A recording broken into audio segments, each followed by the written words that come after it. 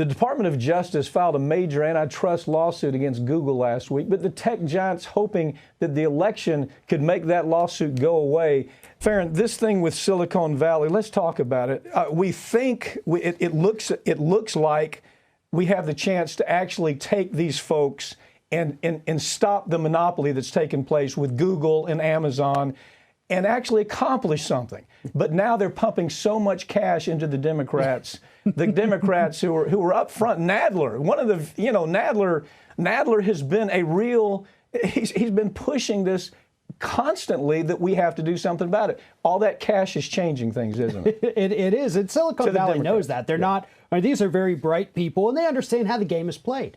They saw how Microsoft, kind of got their little sweetheart antitrust deal back in 2001-ish, right at the last days of the Clinton administration. And so what they're doing is they see a sea change coming, most likely, next week. So last couple weeks, they have really pumped up the donations to the Democrats because they're hoping that if Biden comes into office, obviously we get a new attorney general, a whole new DOJ, to be honest. And they're hoping that this antitrust lawsuit filed last week by the DOJ, maybe it goes by the wayside. Maybe they get, a little bit of slap on the wrist. Maybe they can't do one or two things, but they're still allowed to do 20 bad things. That's what they want out of this. And they're paying off the right Democrats to make sure that happens. Did I read this Truth Out article right? In the Truth Out article, it's a great article, by the way. It really nails it and says there's nothing going to happen because the Democrats are going to back down on doing anything about antitrust.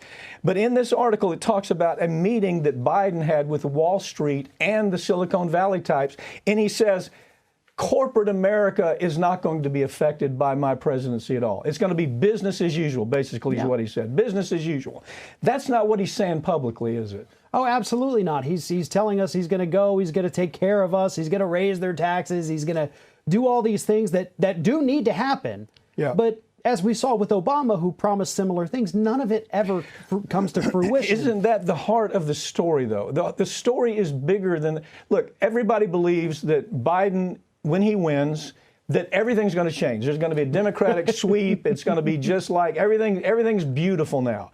It's not beautiful. We still have the same corporate problem that we had the Dems during the Obama administration for those first 2 years. They didn't do anything to rein in corporate America. Wall Street, they did nothing. You remember the promises. Yeah. They ran on the idea that, hey, when we win, the folks who caused the burn down are going to go to prison. What happened? Nothing. And now the same thing's happening here. We expect that it's a new presidency. It's going to be a new day. We're going to gain control over corporate America, and consumers are going to be in good shape. Give me a quick take on that. When Eric Holder and Obama, Eric Holder gets approved as Attorney General, and he and Obama basically together announced, as a country, we want to look forward and not backward. Yeah. And that's why none of the war criminals from the Bush administration, none of the bankers, none of the polluters, nobody got prosecuted because they wanted to look ahead. Biden will be the same. You want to hear a real irony? The last president who actually did anything as far as putting these corporate thugs in prison was Ronald Reagan. Yeah. 800 bankers went to prison or was prosecuted for the S&L crisis.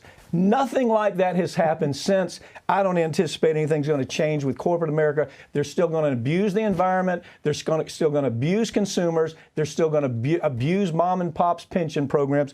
And we're not going to see any change. So all these people, they're saying, oh, my God, it's going to be a new day. Forget it, man.